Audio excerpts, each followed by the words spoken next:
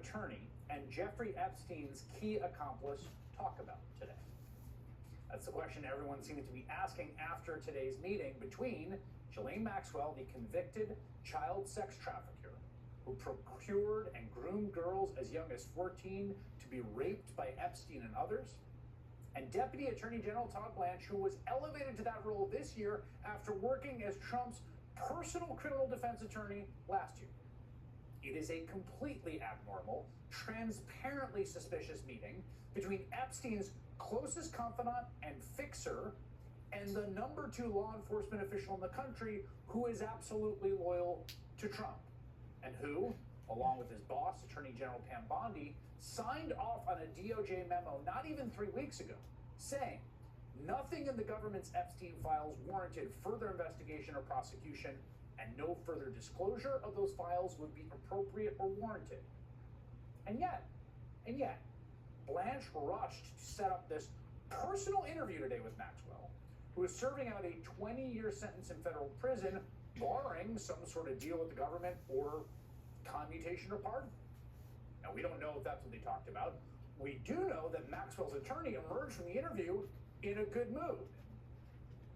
First, we want to thank the Deputy Attorney General for being so professional with all of us and for meeting with us.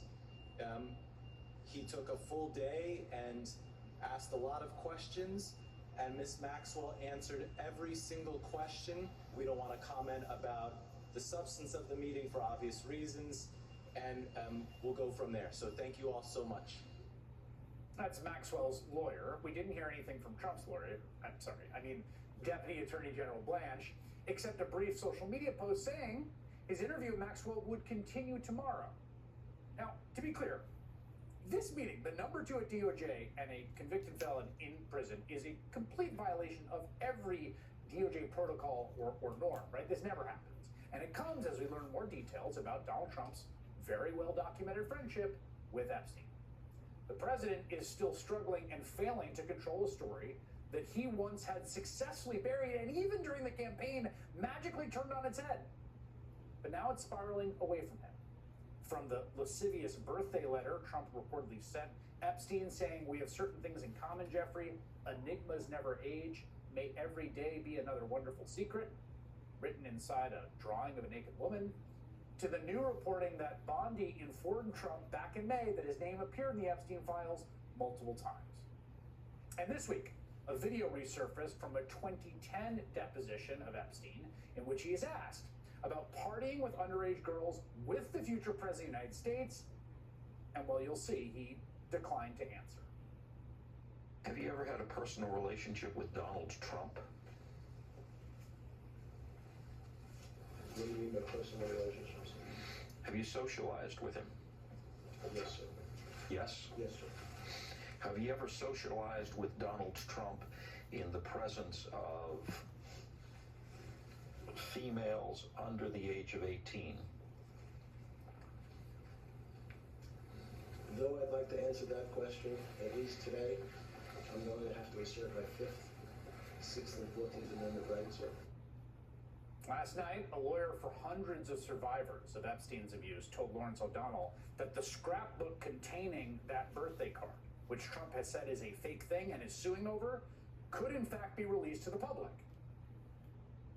Do you know that the estate, the relatives of Jeffrey Epstein, in effect through their lawyers, are in possession of that birthday book?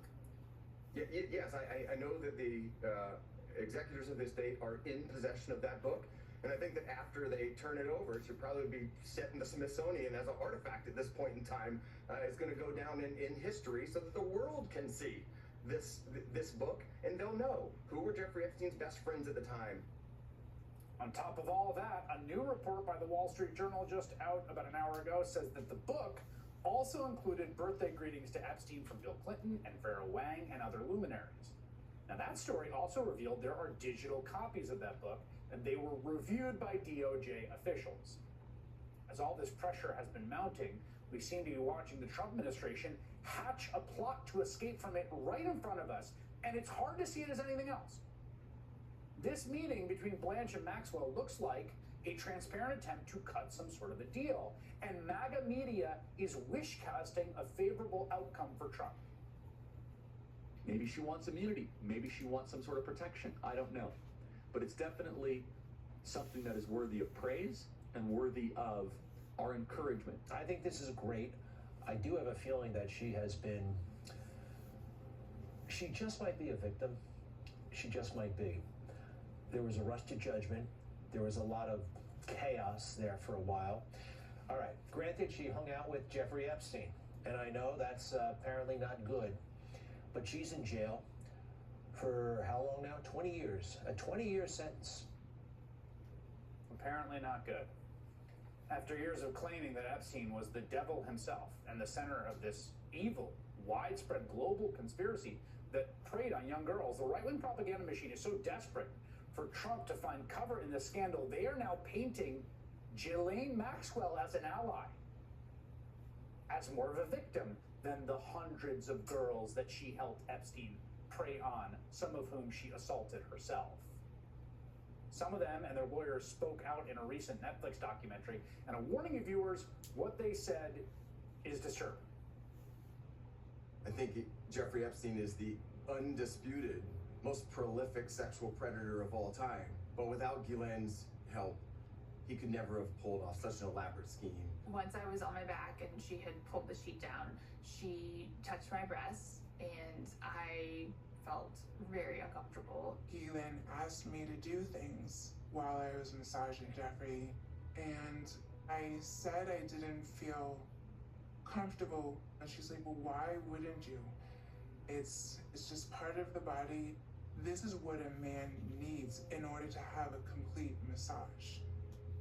And I just felt as though I couldn't say no. She was making me question myself so that she and Jeffrey could use me for their purposes.